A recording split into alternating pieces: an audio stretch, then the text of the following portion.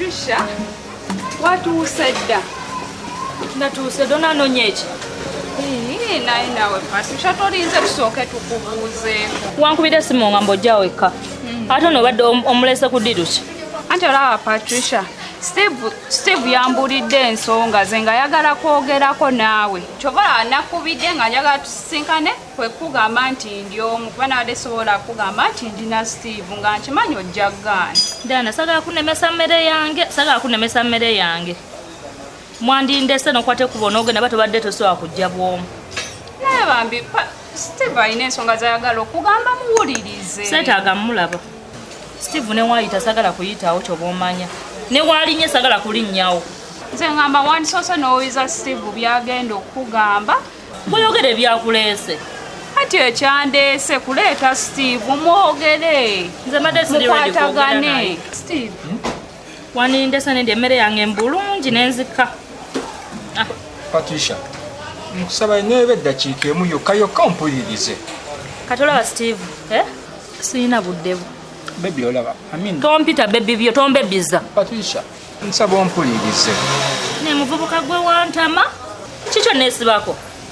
Mbadde nsaba mpayo eddakiika emu. Chance nagiwadde onajja ndabe, so si ggwe. Nkitegeera bulungi Patricia, ge mazima.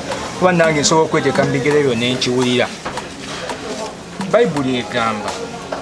Totandika bya Bayibo byo ggwe kuba oli musiru totegeera.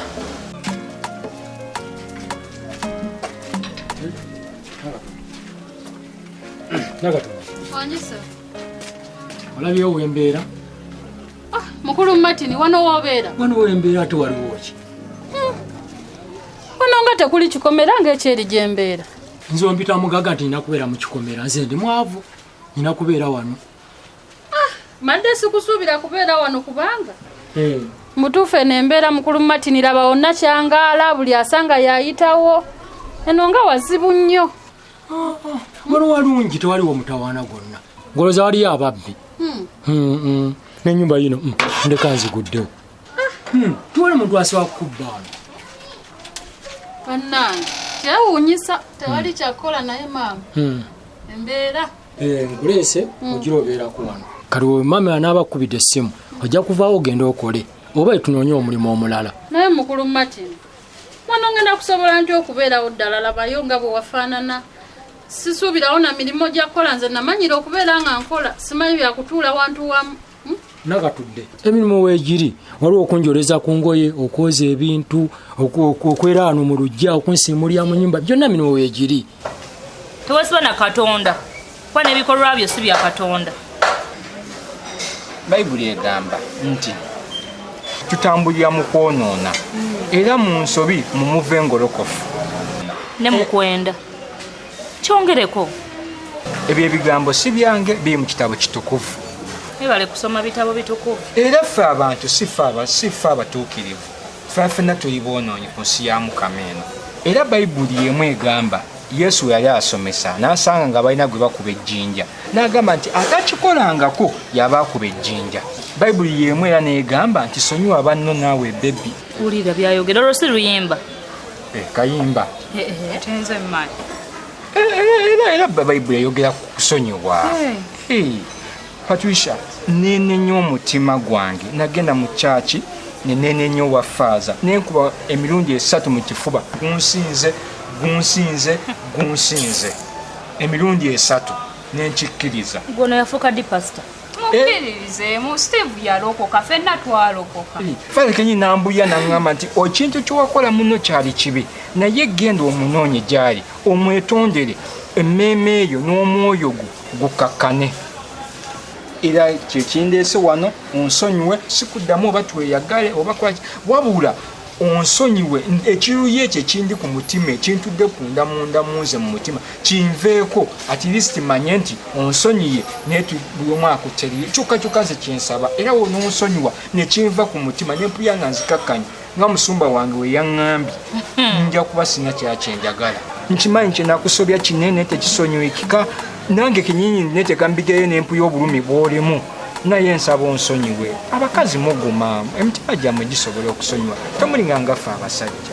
mukulu Martin namanyira kola milimo nga ginsasuza ssente kati wano ngenda kuba nkola mulimo ki gw'ogenda okunsasula nandi nkulese kukuumira wano bwe tunoonya omulimu n'ofuna omulimu ogenda okole kati mu kyalo gy'ogenda gyonoovanga n'ojja n'okola omulimu olina kuvaana okumpi ogenda okola omulimu osobola okufuna ssente mpulira wava wala nnyo ate mami waba akuddiddemu tomuga nti mbadde wa Martin era sisobola mugamba nti gwe wannyamba gwe nkulese kugira jasi kubeera wano bwe tunoonya omulimu kale sebo neyanza nnyo mukulu Martin neyanze kale nyawo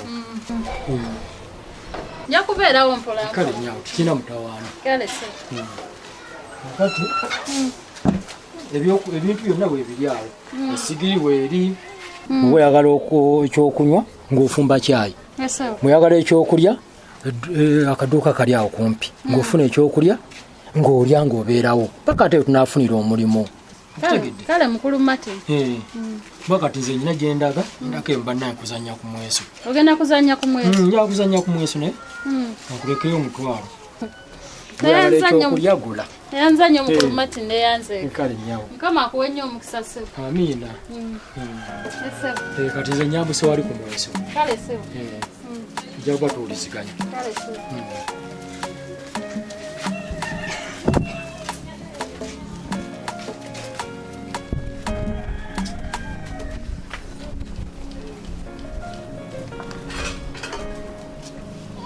nze ngamba wandisabidde ekitambo kya bwenzi kuba kyekikuli obubi natereera kati ndi kikye nali sikuwa Steve no saagala tuddemu ebyo saagala tuddemu tulina obibeerako no kyensaba kyokka kyenkwagazaamu Patusa kyokka eki bwensonyiwa ekyo singa nze yakikola simanyi nakumanya nze nandifudde bufi babawa ebyokunywa naye nze saagala wamma muleetere nze asazeewo biru yiyo Patricia asazeewo nkuleetera ate obwedde okaaba n'enjala kangende ndeete byaffe byababiri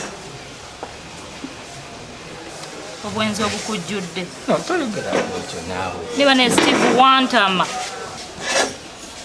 akalyo Patusa kimanyi oli munyeevu era nzire mu kisenge neneekuba mu mutima neŋŋamba naye lwaki nkola omwana w'abandi kino yali takisaanira kibbubu wallahi wali tokisaanira simanyi oba kiki ekyandiko sitaani yankema atya simanyi tukaaba Patricia jakunkaabya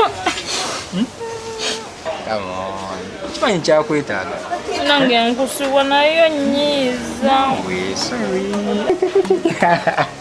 how are you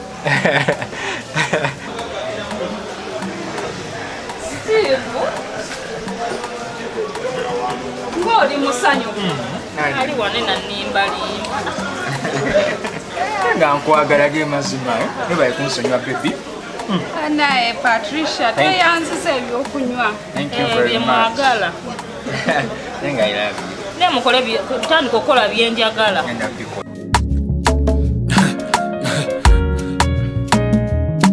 akasatiro basatira